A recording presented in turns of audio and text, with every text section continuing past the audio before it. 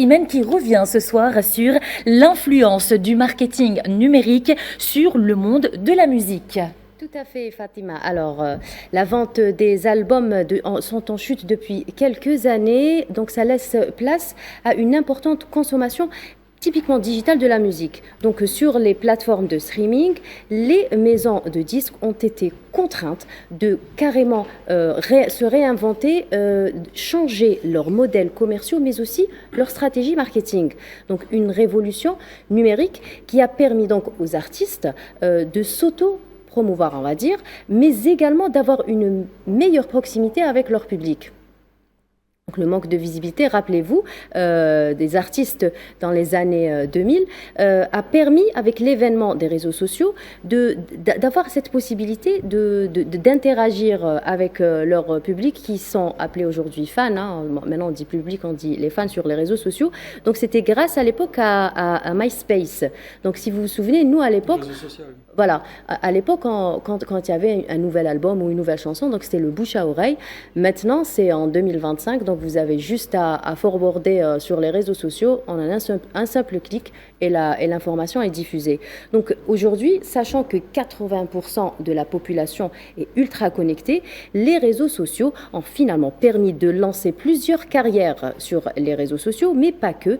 Ils ont permis de promouvoir les carrières des artistes déjà accomplis. Donc nous sommes d'accord, le marketing digital est un outil incontournable pour se faire connaître, mais aussi reconnaître. Donc, grâce à nos smartphones, nous consommons la musique à une vitesse vraiment drastique. Donc, vous avez YouTube, TikTok, Instagram ou même Spotify.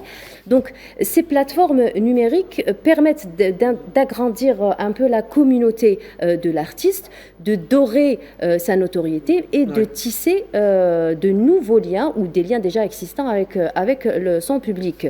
Donc, les outils technologiques ne sont pas forcément. Le petit bémol que je voudrais relever, c'est que ces outils technologiques ne sont pas forcément à la portée de tout le monde ou plutôt maîtrisés par tous. Je parle un peu de nos aînés qui peinent à se trouver une place dans cette nouvelle ère. Donc, et ça les pénalise un peu par rapport à la nouvelle génération. Donc, c'est quand même un petit bémol par rapport à eux. On va dire que ils n'arrivent pas à suivre. Ils restent quand même sur le marché de la musique, mais la nouvelle génération quand même les dépasse pas parce qu'ils maîtrisent ces outils technologiques qui est de leur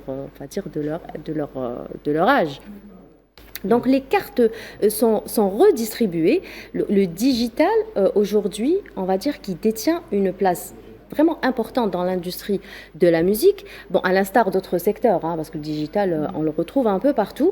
Donc, s'auto-promouvoir permet aux artistes de gagner en notoriété artistique, toujours, mais également d'avoir une autonomie financière. Donc, ils n'ont plus besoin de passer par des maisons de disques, de dépenser de l'argent de production. Donc, s'ils maîtrisent les réseaux sociaux, ils arrivent quand même à s'auto-promouvoir à moindre coût, on va dire. Et les retours sont beaucoup plus avantageux que les médias classiques.